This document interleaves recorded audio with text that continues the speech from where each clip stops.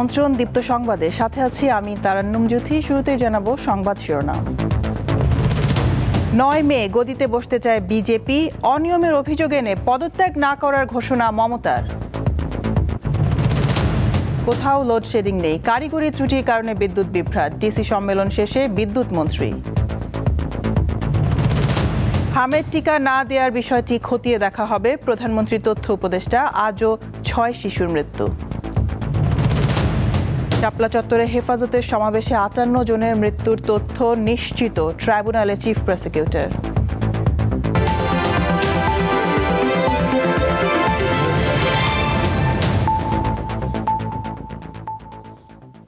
সংবাদে আরও দেখবেন, রূপপুর পারমাণবিক বিদ্যুৎ কেন্দ্র, সাশ্রয়ী দামে দীর্ঘমেয়াদে পাওয়া যাবে বিদ্যুৎ, নতুন উচ্চতায় দেশ।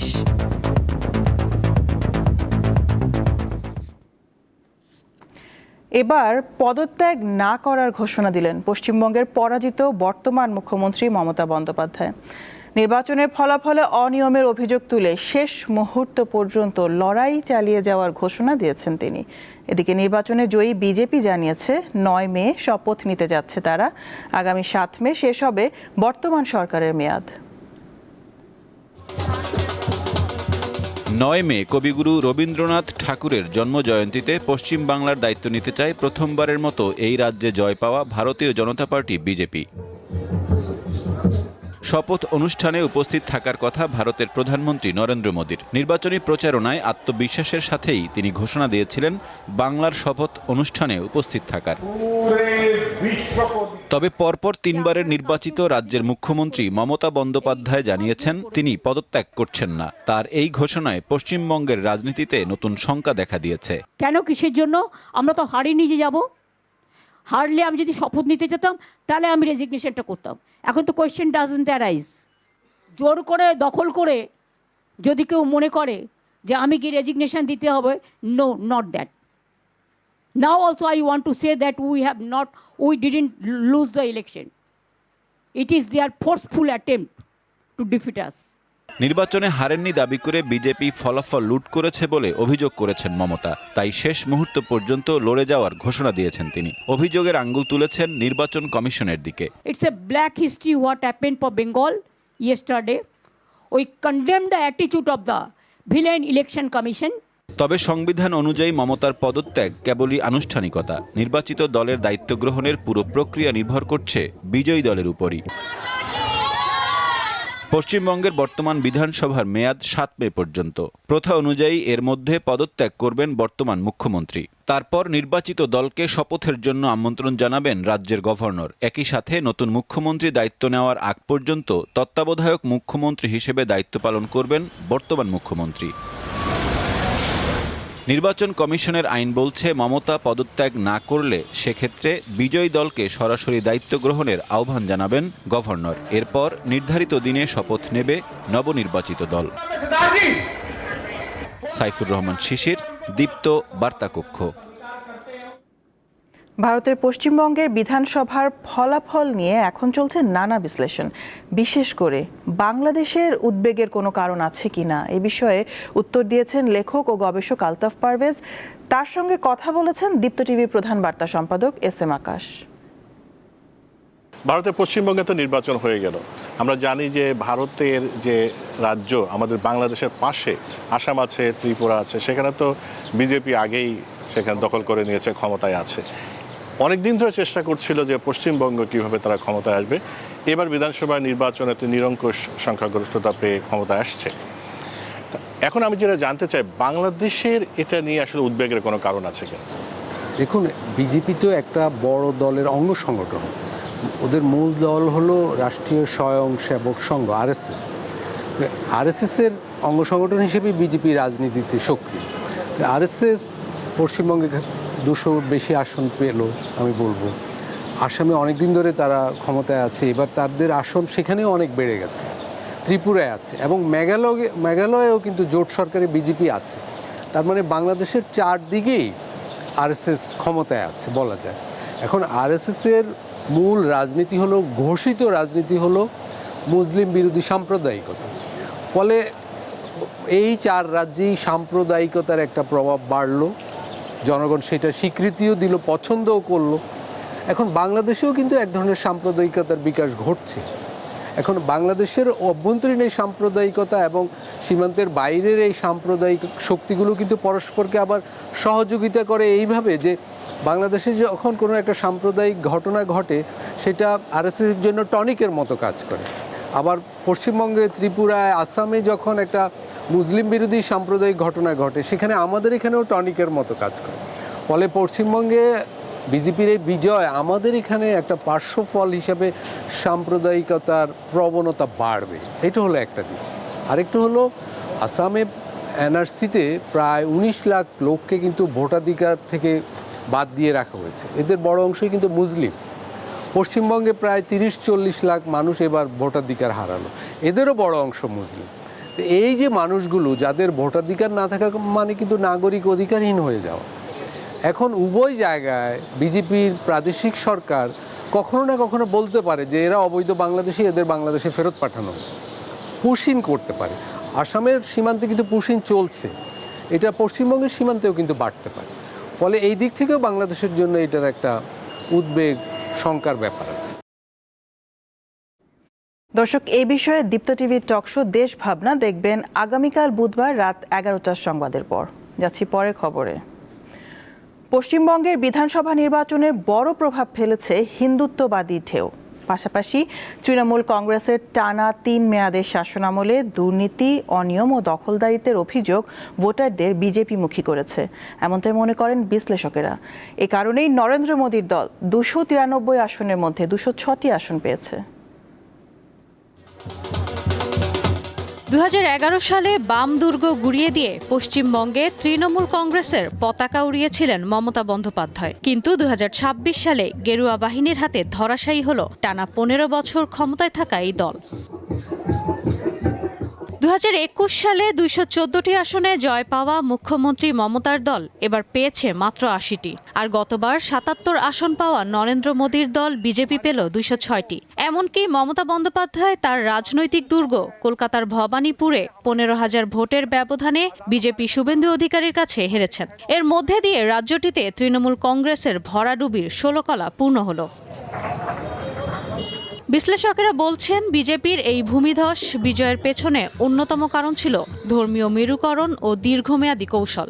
এছাড়া তৃণমূল কংগ্রেস নেতাকর্মীদের অনিয়ম ও দুর্নীতিও ভোটে বেশ প্রভাব ফেলেছে। আর প্রধানমন্ত্রী নরেন্দ্র মোদীর রাজনৈতিক দূরদর্শিতা তো আছেই। নির্বাচনের আগে ভোটার তালিকা হালনাগাদে ব্যাপক পরিবর্তন আনা হয়। এতে বিপুল সংখ্যক মানুষের নাম বাদ পড়ে। এর মধ্যে যেমন ভুয়া বা মৃত ভোটার ছিলেন, তেমনি অনেক বৈধ ভোটারও বাদ পড়েছেন বলে অভিযোগ রয়েছে। বিশ্লেষকদের মতে এই প্রক্রিয়ায় তৃণমূলের ভোটারদের একটি অংশ বাদ পড়ায় নির্বাচনের ফলাফলে বড় প্রভাব পড়েছে। মমতা বন্দ্যোপাধ্যায়ের টানা 15 বছরের শাসনামলে রাজ্য জুড়ে ভূমি দখল, সন্ত্রাস ও চাঁদাবাজির পাশাপাশি তৃণমূলের হিন্দুত্ব বিরোধী বক্তব্য রাজ্যের মানুষ মেনে নেয়নি বলে মনে করেন রাজনৈতিক বিশ্লেষকরা। তৃণমূল কংগ্রেস দীর্ঘদিন নারী ভোট ব্যাংকের ওপর নির্ভর করে নির্বাচনে সাফল্য পেয়েছে, কিন্তু এবার সেই সমর্থনে স্পষ্ট ভাটা পড়েছে। আরজিকর মেডিকেল কলেজ হাসপাতালে ধর্ষণ কাণ্ডের পর নারীদের নিরাপত্তা নিয়ে অসন্তোষ বড় ইস্যু হয়ে দাঁড়ায়। ফলে পানিহাটির মতো তৃণমূলের শক্ত ঘাঁটিতে আরজিকর হাসপাতালের ভুক্তভোগী মেয়ের মা বিজেপির টিকিটে জয়ী হয়েছেন। এছাড়া নারীদের কল্যাণে মমতা বন্দ্যোপাধ্যায়ের চালু করা লক্ষ্মীর ভাণ্ডার বিজেপি এলে দ্বিগুণ হয়ে যাবে। নরেন্দ্র মোদীর এই প্রতিশ্রুতিও নারীদেরকে বিজেপিতে ভোট দিতে আকৃষ্ট করেছে। এতদিন পশ্চিমবঙ্গের মুসলমানদের বড় অংশ তৃণমূলের পক্ষে ছিল, কিন্তু এবার তাদের অনেকে বিজেপির পক্ষে অবস্থান নেন। নির্বাচনকালীন প্রশাসনিক নিয়ন্ত্রণে এবার বড় পরিবর্তন দেখা গেছে। তফসিল ঘোষণার পরই রাজ্য প্রশাসনের নিয়ন্ত্রণ নিয়ে নেয় নির্বাচন কমিশন। প্রশাসন ও পুলিশের উচ্চ পর্যায়ে অনেক অদল-বদল করা হয়। এছাড়া নির্বাচনে কেন্দ্রীয় নিরাপত্তা বাহিনীর 2,40,000-এর মতো সদস্য মোতায়েন ছিল। ফলে ভোট তুলনামূলক শান্তিপূর্ণ হয়েছে। সবকিছু মিলে সুবিধা করতে পারেনি মমতা বন্দ্যোপাধ্যায়ের তৃণমূল কংগ্রেস। ইশরাত সুমা, দীপ্ত বার্তা কক্ষ। দেশের কোথাও লোডশেডিং নেই বলে দাবি করেছেন বিদ্যুৎ ও জ্বালানি মন্ত্রী ইকবাল হাসান মাহমুদ টুকু। তবে তিনি স্বীকার করেছেন কারিগরি ত্রুটির কারণে কোথাও কোথাও সাময়িক বিদ্যুৎ বিভ্রাট হতে পারে। জেলা প্রশাসক সম্মেলনে অংশগ্রহণ শেষে সাংবাদিকদের তিনি একথা বলেন। আর পররাষ্ট্র প্রতিমন্ত্রী জানান, পশ্চিমবঙ্গের নির্বাচন ভারতের অভ্যন্তরীণ বিষয়, এতে বাংলাদেশের নীতিতে পরিবর্তন হবে না। জেলা প্রশাসক সম্মেলনের তৃতীয় দিনেও মঙ্গলবার বেশ কিছু অধিবেশনে অংশ নেন সরকারের মন্ত্রী ও উপদেষ্টারা। তারা যেমন দিয়েছেন দিক নির্দেশনা, তেমনি ডিসিদের তরফ থেকেও আসে নানা বার্তা। ওনারা স্পষ্ট করেছিলেন আমাদের সাইবার সিকিউরিটি ও গুজব প্রতিরোধে ফ্যাক্ট চেকিং বোথ তৈরি সহ নানা বিষয়ে আলোচনার কথা জানান ডাক ও টেলিযোগাযোগ মন্ত্রী। আইসিটি বলেন, ডাক, টেলিকম এবং আমাদের বিজ্ঞান প্রযুক্তি, তিনটা মন্ত্রণালয় আমরা এই সরকারের যে নির্বাচনী ইস্তেহার ছিল ওটাকে সামনে রেখে আমরা কাজ করে যাচ্ছি ইনশাল্লাহ। দুপুরের সেশনে অংশ নেন বিদ্যুৎ ও জ্বালানি মন্ত্রী। বৈঠক শেষে তিনি বলেন, লোডশেডিং এর জন্য পাওয়ার প্লান্ট ও সঞ্চালন লাইনের ত্রুটি দায়ী। গ্রামে লোডশেডিং নাই, যেটা হয় আমাদের পল্লী বিদ্যুতের লাইনগুলো অনেক লম্বা লম্বা। কোথাও যদি ফল্ট হয়ে যায়, বিদ্যুৎ স্লিপ করলে ওই ফল্ট লোকেট করতে তার টাইম লাগে, সেই জন্য বিদ্যুৎটা আসে না। আবার লাইন ঠিক হয়ে গেলে বিদ্যুৎ চলে আসে। জেলা প্রশাসকদের সঙ্গে বৈঠক শেষে মির্জা ফখরুল ইসলাম আলমগীর সাংবাদিকদের বলেন, গত 17 বছরে স্থানীয় সরকার বিভাগে যে দুর্নীতি ও অনিয়ম হয়েছে তা রোধে ডিসিদের নির্দেশনা দেওয়া হয়েছে। সবচেয়ে দুর্ভাগ্যজনক হচ্ছে যে ব্যাপক আপনার দুর্নীতি হয়েছে। সেই বিষয়গুলো আমরা আমাদের মন্ত্রণালয়ের তরফ থেকে আমরা তদন্ত করব, চেষ্টা করব 1 বছরের মধ্যে আগামী সংস্থার টায়ারগুলোতে নির্বাচন হয়ে যাওয়ার জন্য। ভারতের পশ্চিমবঙ্গের বিধানসভার নির্বাচনের ফলাফল নিয়ে প্রশ্নের সম্মুখীন হন পররাষ্ট্র প্রতিমন্ত্রী। ডিসি সম্মেলনে যোগদান শেষে তিনি জানান, রাজ্যটির ফলাফল দিয়ে বাংলাদেশের নীতির কোনো পরিবর্তন হবে না। ভারতের নির্বাচন ভারতের অভ্যন্তরীণ ব্যাপার। আমাদের বাংলাদেশের foreign policy across the board একই থাকবে। আমাদের বাংলাদেশ প্রথম বা বাংলাদেশ ফার্স্ট নীতিতে আমাদের ফরেন পলিসি, সেটা যেই সরকারই আসুক না কেন সেই সাথে আমাদের ফরেন পলিসি পরিবর্তন হবে না। বিদেশে গিয়ে দালাল চক্রের কারণে অনেক বাংলাদেশি বিপদে পড়েন। এসব রোধ করতে ও সাধারণ মানুষকে সচেতন করতে জেলা প্রশাসকদের নির্দেশনা দেওয়া হয়েছে বলেও জানান তিনি। নির্বাচন ফ্রি ফেয়ার নির্বাচনের পরে। দিলশা দানি, দীপ্ত সংবাদ, ঢাকা। সরকার সামরিক বাহিনীকে জনমুখী করতে দায়বদ্ধ বলে মন্তব্য করেছেন প্রধানমন্ত্রীর প্রতিরক্ষা উপদেষ্টা অবসরপ্রাপ্ত brigadier general doctor AKM Shamsul Islam. মঙ্গলবার সকালে রাজধানীর ওসমানী স্মৃতি মিলনায়তনে জেলা প্রশাসক সম্মেলনে এমন মন্তব্য করেন তিনি। এ সময় তিনি সশস্ত্র বাহিনীকে আধুনিকায়ন এবং আরও শক্তিশালী করার বিষয়ে ডিসিদের অবহিত করেন। আমাদের পারস্পরিক শ্রদ্ধা এবং বোঝাপড়ার মধ্য দিয়ে গড়ে উঠতে পারে সত্যিকারের একটি গণতান্ত্রিক শক্তিশালী রাষ্ট্র ব্যবস্থা, যে রাষ্ট্রের মধ্যে সিভিল মিলিটারি রিলেশনের মধ্যে কোনো ধরনের ফাঁক ফোকর কিংবা কোনো ছিট থাকে, সেই রাষ্ট্র ব্যবস্থা কখনো স্থায়ী হয় না। দেশে 24 ঘন্টায় হাম ও এর উপসর্গ নিয়ে আরও 6 জনের মৃত্যু হয়েছে। একই সময় নতুন করে 259 জনের শরীরে রোগটি শনাক্ত হয়েছে। স্বাস্থ্য অধিদপ্তর মঙ্গলবার এই তথ্য জানায়। এদিকে প্রধানমন্ত্রীর তথ্য উপদেষ্টা জানান, গত অন্তর্বর্তী সরকারের সময় হামের টিকা না দেওয়ার বিষয়টি খতিয়ে দেখা হবে। প্রতিদিনের মতো স্বাস্থ্য অধিদপ্তরের মঙ্গলবারের প্রতিবেদনে জানানো হয়, দেশে হাম ও উপসর্গে প্রাণ হারিয়েছে আরও 6 শিশু। তাদের মধ্যে হামে 2 জন এবং বাকি 4 জন লক্ষণ নিয়ে মারা গেছে। এ সময় হামের লক্ষণ নিয়ে হাসপাতালে আসা 1186 জনের মধ্যে 989 জন ভর্তি হয়। হামের মৃত্যুর মিছিলে বারবার সামনে আসছে বিগত অন্তর্বর্তী সরকারের সময় টিকা না দেওয়ার বিষয়টি। এ নিয়ে মঙ্গলবার সচিবালয়ে ফের সাংবাদিকদের প্রশ্নের জবাব দেন প্রধানমন্ত্রীর এ উপদেষ্টা। জানান, শিশু মৃত্যুর মতো কোনো খারাপ উদ্দেশ্য ছিল না অন্তর্বর্তী সরকারের, তবে টিকার বিষয়টি খতিয়ে দেখা প্রয়োজন। প্রিভেন্টেবল ডিজিজে একজন শিশুর মৃত্যু আসলে আমরা পছন্দ করি না, নিতে পারি না, নেব না। ইন্টারিম সরকার শিশু মৃত্যু ঘটাতে চাই, এরকম কোনো ব্যাড ইন্টেনশন তাদের ছিল বলে মনে হয় না, আমি মনে করি না। সরকার একটা তদন্ত করবে, দায়ী কারা ছিলেন, বা অ্যাটলিস্ট আমরা কাউকে ধরে যে শাস্তি দিতে চাইছি সেটার চাইতেও জরুরি কথা প্রবলেমগুলো কোথায় হলো। সো একটা ইনভেস্টিগেশন আসলে ভবিষ্যতে হেল্প করে যাতে একই ধরনের ঘটনার রিপিটেশন না হয়। অপর এক প্রশ্নের জবাবে তিনি বলেন, জুলাই অভ্যুত্থানে যে সকল সাংবাদিকের বিরুদ্ধে হত্যা মামলা দেয়া হয়েছে তাদের অনেকেরই অপরাধ তার চেয়েও বেশি। যারা বন্দী আছেন তারা গণহত্যার মামলায় আসলে বন্দী নেই, তারা আসলে বন্দী আছেন হত্যা মামলায়। যাদের এই ধরনের মামলা দেয়া হলো কারো কারো অপরাধ হত্যার চাইতে বেশি।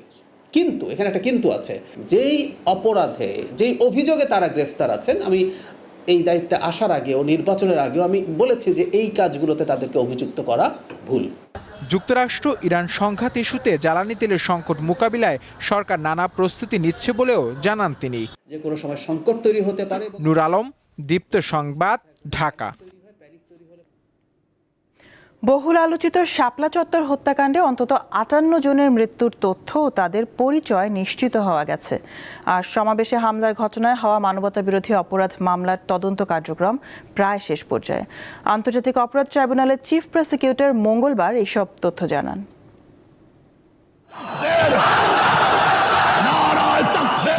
রাজধানীর মতিঝিলের শাপলা চত্বরে নানা দাবিতে চলছিল হেফাজতে ইসলামের বিক্ষোভ সমাবেশ। দিনভর উত্তেজনার পর বিক্ষোভকারীদের সরাতে ২০১৩ সালের ৫ মে রাতের আধারে অভিযান চালায় আইন শৃঙ্খলা রক্ষাকারী বাহিনী। নির্মমতার ধারাবাহিকতা ছড়িয়ে পড়ে নারায়ণগঞ্জ ও চট্টগ্রাম সহ দেশের বিভিন্ন স্থানে। ওই অভিযানকে কেন্দ্র করে বহু হতাহতের অভিযোগ ওঠে। ওই সময় ক্ষমতাসীন দল আওয়ামী লীগের পতনের পর হত্যাকাণ্ডের তদন্তে গতি পায়। শাপলা চত্বরের ঘটনা নিয়ে আন্তর্জাতিক অপরাধ ট্রাইব্যুনালের চিফ প্রসিকিউটর জানান, নিহত ৫৮ জনের পরিচয় মিলেছে। এই পর্যন্ত শুধু শাপলা চত্বরের বা ঢাকার মধ্যে ৩২ জনের নিহত হওয়ার ঘটনা ঘটেছে। এই ৩২ জনের পরিচয় আমরা শনাক্ত করতে পেরেছি। নারায়ণগঞ্জে আরও প্রায় ২০ জনের মতো নিহত হওয়ার ঘটনা ঘটে। চট্টগ্রামেও ৫ জন কিন্তু নিহত হয়েছিল, কুমিল্লাতে ১ জন নিহত হয়েছিল।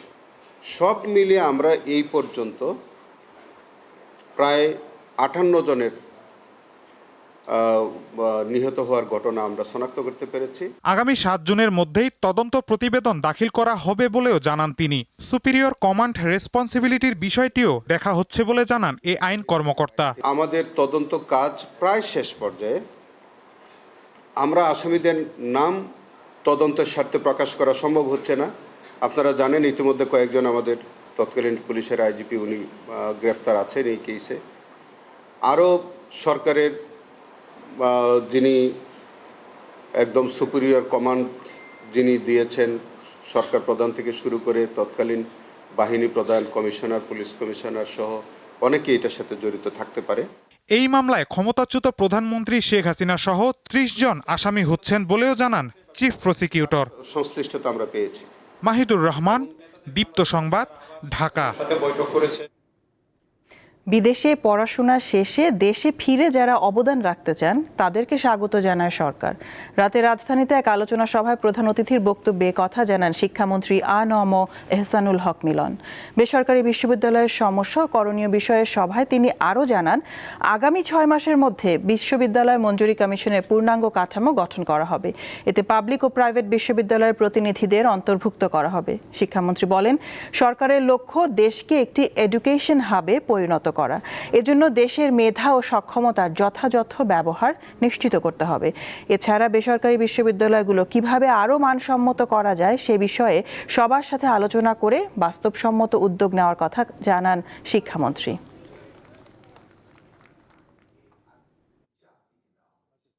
আমাদের দেশে যে গোল্ড মাইন আছে এইগুলিকে ঠিকমতো তৈরি করার দায়িত্ব আপনাদের। আমাদের প্রচুর অ্যাম্পল, এর চেয়ে বেশি পৃথিবীর কথা নাই। তো পার স্কোয়ার কিলোমিটার আমাদের 1300 মস্তিষ্ক রয়েছে। তার মানে কি, we are more fertile than any land in the earth because we are highly densely populated country. এই পপুলেশনকে কনভার্ট করতে হবে। That duty is yours duty. Rooppur পারমাণবিক বিদ্যুৎ কেন্দ্র পরীক্ষামূলক উৎপাদনের পথে এগিয়ে চলায় এখন নতুন এক উচ্চতায় বাংলাদেশ। কিন্তু প্রশ্ন হলো, বিশাল বিনিয়োগের এই প্রকল্প থেকে কতটা লাভবান হবে দেশ? শুধু বিদ্যুৎ উৎপাদনে কি শেষ কথা, নাকি এর পেছনে রয়েছে আরও বড় কোনো অর্থনৈতিক সমীকরণ? রূপপুর পারমাণবিক বিদ্যুৎ কেন্দ্র নিয়ে 3 পর্বের প্রতিবেদনের আজ দ্বিতীয় পর্ব। বিশ্বের 33তম দেশ হিসেবে পরমাণু ক্লাবে বাংলাদেশের প্রবেশ। পাবনার ঈশ্বরদীতে পদ্মা নদীর তীরে গড়ে ওঠা এই কেন্দ্রটি কেবল ইট পাথরের স্থাপনা নয়, এটি দেশের জ্বালানি নিরাপত্তার এক অভেদ্য দুর্গ। দেশের প্রথম পারমাণবিক বিদ্যুৎ কেন্দ্রের প্রথম ইউনিটের রিঅ্যাক্টরে শুরু হয়েছে 163টি ফুয়েল অ্যাসেম্বলি লোডিংয়ের কাজ। প্রায় 1,39,741 কোটি টাকার এই প্রকল্পের 2 ইউনিট থেকে 2,400 মেগাওয়াট বিদ্যুৎ পাওয়া যাবে। এই বিদ্যুৎ কেন্দ্রের আয়ুষ্কাল ধরা হয়েছে 60 থেকে 80 বছর। বিশেষজ্ঞরা বলছেন, পারমাণবিক বিদ্যুতের সবচেয়ে বড় সুবিধা হলো এর স্থিতিশীল দাম। কয়লা বা গ্যাসের দাম আন্তর্জাতিক বাজারে উঠানামা করলেও ইউরেনিয়ামের দাম থাকে অনেকটা স্থিতিশীল, ফলে দীর্ঘমেয়াদে সাশ্রয়ী দামে বিদ্যুৎ পাওয়া যাবে। যেহেতু প্রাথমিক বিনিয়োগ অনেক বেশি, কারণ এটা যত চলবে ততই আমরা অর্থনৈতিকভাবে সমৃদ্ধ হব। বিদ্যুৎ উৎপাদন করলে অন্যান্য তেল, গ্যাস, বিদ্যুৎ কেন্দ্র চালানোর প্রয়োজন পড়বে না, তখন আমাদের আমদানি করার বেশি লাগবে না এবং এতে আমাদের ডলার রিজার্ভও বেশি চাপ পড়বে না। কার্বন নিঃসরণ শূন্যের কোঠায় নামিয়ে আনতে রূপপুর হবে বাংলাদেশের তুরুপের তাস। কয়লা ভিত্তিক বিদ্যুৎ কেন্দ্রের তুলনায় এটি পরিবেশ বান্ধব বা জলবায়ু পরিবর্তনের ঝুঁকি মোকাবেলায় আন্তর্জাতিক অঙ্গনে বাংলাদেশের অবস্থান শক্ত করবে। এটি রিনিউয়েবল এনার্জি না হলেও তুলনামূলকভাবে একটা ক্লিনার এনার্জি, ফলে এর মাধ্যমে কার্বন নিঃসরণ অনেকটুকুই কমবে। 2400 মেগাওয়াটের যদি কোল বেস বা অন্য এনার্জি বেস আমরা বিদ্যুৎ প্রকল্প করতাম, তাহলে আমাদের লক্ষ লক্ষ টন কার্বন নিঃসরণ হতো। এরকম পিকিং প্ল্যান্ট যে সমস্ত বলা হয় সেগুলো কিন্তু আমরা অফ রাখতে পারবো তখন, কারণ সোলার থাকবে। আর বেস লোড যদি আমার নিউক্লিয়ার দেয়, কোল দেয়, তাহলে কিন্তু আমরা এলএনজির উপরেও কিন্তু নির্ভরতা কমে যাবে। এই জায়গাগুলোতে একটা বড় ধরনের সাপোর্ট আলটিমেটলি তৈরি করবে। তবে সফল যাত্রা সুফল পুরোপুরি ঘরে তুলতে প্রয়োজন দক্ষ ব্যবস্থাপনা, সঞ্চালন লাইনের কাজ দ্রুত শেষ করা এবং আন্তর্জাতিক নিরাপত্তা মানদণ্ড বজায় রাখাই এখন বড় চ্যালেঞ্জ। উন্নত দেশ হওয়ার স্বপ্নে জ্বালানি শক্তির বিকল্প নেই। রূপপুর পারমাণবিক বিদ্যুৎ কেন্দ্র সেই স্বপ্নের এক শক্তিশালী ইঞ্জিন। যদি সঠিক রক্ষণাবেক্ষণ আর স্বচ্ছতা নিশ্চিত করা যায়, তবে রূপপুর হবে আগামীর স্মার্ট বাংলাদেশের মূল ভিত্তি। হেদায়েতুল্লাহ সীমান্ত, দীপ্ত সংবাদ, ঢাকা। তিস্তাপাড়ের মানুষের বাঁচা মরার প্রশ্নে ভারতের সঙ্গে পানি বণ্টন চুক্তির জন্য অপেক্ষায় থাকতে চায় না বাংলাদেশ সরকার, বরং এই প্রান্তের উন্নয়ন প্রকল্প এগিয়ে নিতে চীনের সঙ্গে আলোচনা চালাতে আগ্রহী। মঙ্গলবার চীন সফরে যাওয়ার আগে সাংবাদিকদের প্রশ্নে বিএনপি সরকারের এই অবস্থানের কথা তুলে ধরেন পররাষ্ট্রমন্ত্রী খলিলুর রহমান।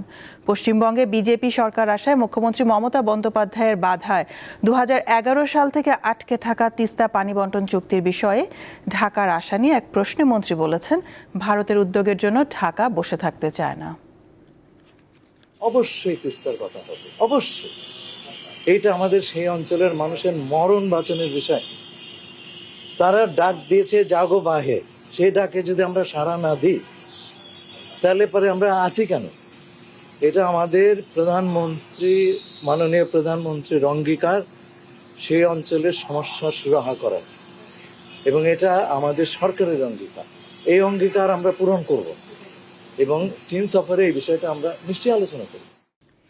সুনামগঞ্জের হাওরে অতিবৃষ্টি ও পাহাড়ি ঢলে ক্ষতিগ্রস্ত এলাকা পরিদর্শন করেছেন দুর্যোগ ব্যবস্থাপনা ও ত্রাণমন্ত্রী আসাদুল হাবিব দুলু এবং কৃষি, মৎস্য ও প্রাণী সম্পদ মন্ত্রী মোহাম্মদ আমিনুর রশিদ। মঙ্গলবার দুপুরে সুনামগঞ্জের খরচার হাওরে ক্ষতিগ্রস্ত কৃষকদের 3 মাস ব্যাপী সহায়তা কার্যক্রমের উদ্বোধন করেন দুই মন্ত্রী। এ সময় দুর্যোগ ব্যবস্থাপনা ও ত্রাণমন্ত্রী আসাদুল হাবিব দুলু বলেন, হাওরে ক্ষতিগ্রস্ত কৃষকদের পাশে দাঁড়ানোর নির্দেশনা দিয়েছেন প্রধানমন্ত্রী। মন্ত্রী জানান, ক্ষতিগ্রস্ত কৃষকেরা টানা 3 মাস সরকারের সহযোগিতা পাবেন, এজন্য তাদের কার্ড দেওয়া হবে। কৃষক হলো বাংলাদেশ, আর সেই কৃষক আর কৃষি যদি নষ্ট হয়ে যায়, ধ্বংস হয়ে যায়, তাহলে বাংলাদেশ কোথায় দাঁড়াবে?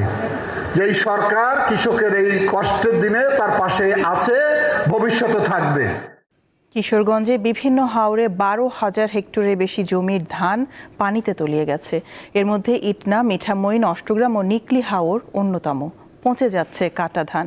ক্ষতির মুখে অন্তত 49,000 কৃষক, জানিয়েছে জেলা কৃষি অফিস।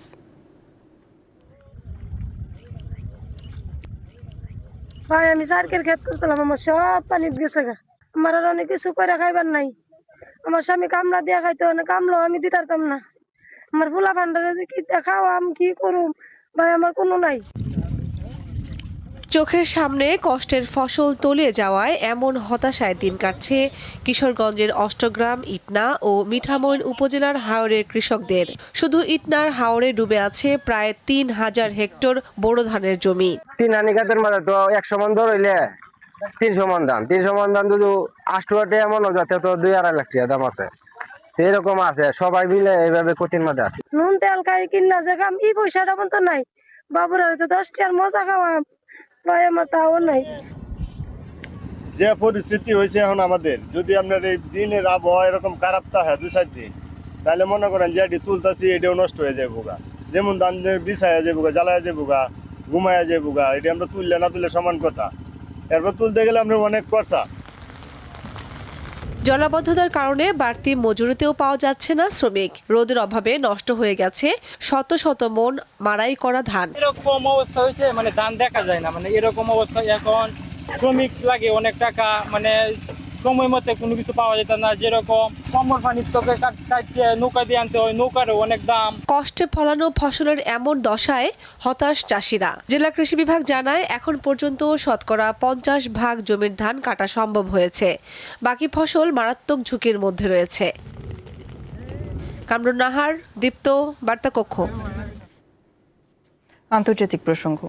মার্কিন প্রতিরক্ষা মন্ত্রী পিট হেগসেথ বলেছেন, হরমুজ প্রণালীতে কোনো বাণিজ্যিক জাহাজ হামলা হলে ইরানকে ভয়াবহ আক্রমণের মুখে পড়তে হবে। মঙ্গলবার মার্কিন প্রতিরক্ষা সদর দপ্তর পেন্টাগনে সংবাদ সম্মেলনে হেগসেথ এই হুঁশিয়ারি দেন। হরমুজে কোনো জাহাজে হামলা না চালানোর জন্য তেহরানকে সতর্ক করেন তিনি। মার্কিন প্রতিরক্ষা মন্ত্রী বলেন, যুক্তরাষ্ট্র অপারেশন প্রজেক্ট ফ্রিডম চলাকালে যদি বাণিজ্যিক জাহাজ লক্ষ্যবস্তু করা হয় তাহলে ইরানে ভারী হামলা চালানো হবে। এর আগে হরমুজ প্রণালীতে যাত্রীবাহী নৌযানে যুক্তরাষ্ট্রের হামলায় 5 জন বেসামরিক নাগরিক নিহত হওয়ার দাবি করে ইরান। দেশটির দাবি, IRGC নৌযানে নয় বরং হরমুজে যাত্রীবাহী নৌযানে হামলা চালিয়েছে যুক্তরাষ্ট্র। যদিও যুক্তরাষ্ট্র বলছে ইরানের সামরিক বাহিনীর 7টি জাহাজ ডুবিয়ে দিয়েছে তারা।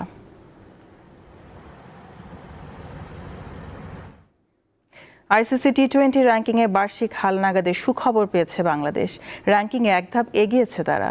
শ্রীলঙ্কাকে পেছনে ফেলে 8 নম্বর অবস্থানে উঠে এসেছে টাইগাররা।